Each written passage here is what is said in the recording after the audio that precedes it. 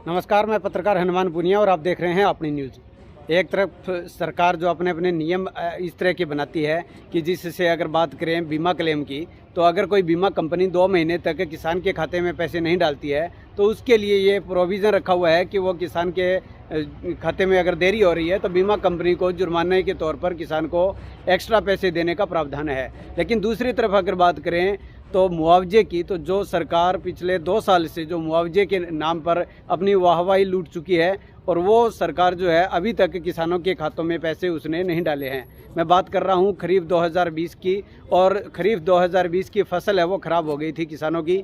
और अकेले नाथूश्री चोपटा की अगर बात करें तो यहाँ पर 46 करोड़ रुपए का जो इसके अंदर एक क्लेम बनाया गया था, मुआवजा जो है वो बनाया गया था, और उस मुआवजे को किसानों के खातों में डाला जाना चाहिए था। और वो लगभग अब जो है वो 1.5 साल से ऊपर समय हो चुका है वो रिपोर्ट बने हुए, और अभी तक किसानों के खाते में पैसे नहीं आए हैं। तो ऐसे में इसके पीछे की अगर वजह क्या है उसके संबंध में हम बात करते हैं। यहाँ पर मंजीत सिंह मलिक है, तहसीलदार हैं, CS अधिकारी हैं, उनसे हम बात करते हैं, पूछते हैं कि किस तरह से क्या ये देरी की वजह क्या है। देरी की वजह तो मैं पर्टिकुलर आपको नहीं बता सकता, लेकिन हमारे ऑफिस की तरफ से जो अप्रोक्सीमेट जो लमसम अमाउंट थी 43 करोड़ की, वो डिप्टी कमिश्नर सर को भेज दी गई है। उसके बाद का हम फॉलो अप लेने के बाद ही बता पाएंगे आपको कि उसमें क्या प्रॉब्लम आ रही है। यहाँ से रिपोर्ट भेजने का टाइम ये तो एग्जैक्टली मुझे नहीं पता, 2020 की बात है, बट यहाँ से चली गई।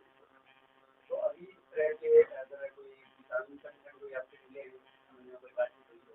नहीं, अभी तो मुझसे तो कोई मिलने नहीं आया है। तुम आप इधर से बात कर रहे थे, कोई नहीं मिलने आया है। और बीच में कोई 1-2 किसान आया है तो उनकी तरफ से हमने पर्टिकुलर रिक्वेस्ट मार्क करके SDO सर को, डी सर को भेज दी।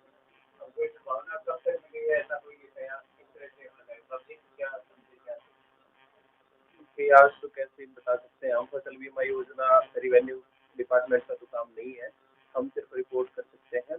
बाकी जो अदर डिपार्टमेंट उसमें इन्वॉल्व है वो उनका जो एक्शन बनेगा उसके हिसाब से ही की जा सकती है। हालांकि मंजीत मलिक ने बताया है कि यहाँ पर उनके डिपार्टमेंट की तरफ से जो कार्रवाई होनी थी वो इन्होंने अमल में ये ला चुके हैं, और अब जो आगे की कार्रवाई है वो इसके अंदर 2-3 और डिपार्टमेंट की इन्वॉल्वेशन उसके अंदर होती है, जिसमें एक तो बीमा कंपनी का होता है, क्योंकि कहीं बीमा कंपनी को भी उसकी तरफ से भी क्लेम किसानों को दे दिया गया हो, या फिर उसके बाद अब जो अगर मुआवजा भी किसानों को दे दिया जाए तो यानी कि डबलिंग ना हो जाए, तो उसकी एक वेरिफिकेशन वो उनकी तरफ से होती है। एग्रीकल्चर डिपार्टमेंट की भी इसके अंदर इन्वॉल्वेशन होती है। तो उन डिपार्टमेंट की रिपोर्ट का क्या कुछ स्टेटस है वो इन यहाँ पर तहसील स्तर पर किसी भी अधिकारी को इसके संबंध में पता नहीं है। लेकिन बड़ी बात यह है कि 1.5 साल का वक्त बीत जाने के बाद भी ऐसी स्थिति बनी हुई है। तो ऐसे में अब देखना ये होगा कि नाथूश्री चोपटा के 52 गाँव के जो किसान अपनी इस मांग को लेकर अब एकजुट होना शुरू हो चुके हैं, तो इनकी मांग को कब तक पूरा किया जाता है, क्योंकि एक 52 गाँव के अंदर 46 करोड़ रुपए की राशि काफ़ी बड़ी राशि होती है, और वो पिछले 1.5-2 साल से किसान के खाते में नहीं आई है। तो उसके लिए अब जो है ये आवाज़ उठनी शुरू हो चुकी है। अपनी न्यूज़ के लिए कैमरा सहयोगी के साथ मैं हनुमान पुनिया।